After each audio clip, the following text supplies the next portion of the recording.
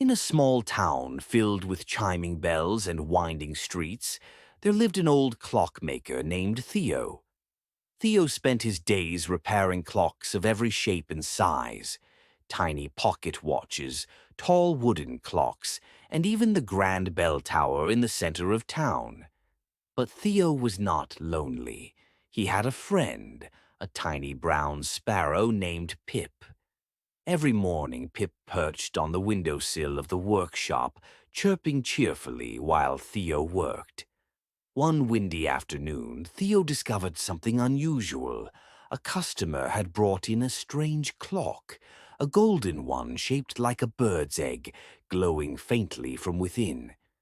When Theo opened it, gears spun softly, and a tiny golden feather drifted out. Before he could examine it further, Pip fluttered onto the table, chirping excitedly. The golden feather lifted into the air. It floated toward Pip, sparkling like sunlight. Suddenly, the room flashed with warm golden light. When Theo opened his eyes, he gasped. Pip was glowing. The feather had given Pip a magical gift. Pip flapped his wings, and the clocks around the room began ticking backward. Time itself shifted like water flowing in the wrong direction.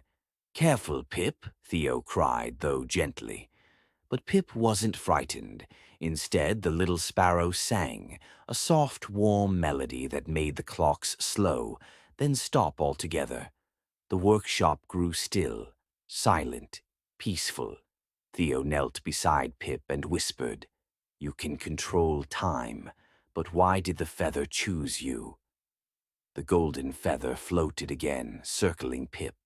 It formed a glowing swirl in the air, creating a picture, a memory the feather was trying to show. Theo watched carefully. He saw Pip as a tiny hatchling, lost in a storm.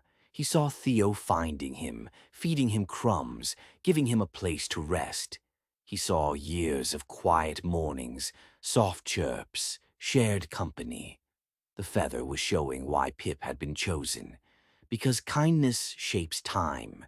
Because moments of care, no matter how small, last forever. The golden feather settled gently on Pip's back. Pip chirped once, bright and clear, and the clocks slowly began ticking again, forward in their rightful rhythm. The magic faded, leaving Pip normal once more. But Theo understood. Time wasn't something to control, it was something to treasure.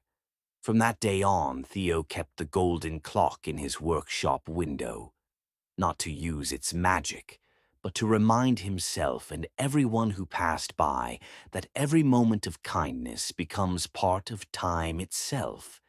And every morning, Pip still arrived at the windowsill, chirping happily, just as he always had. But now Theo listened more carefully, knowing that in every chirp there was a little echo of magic.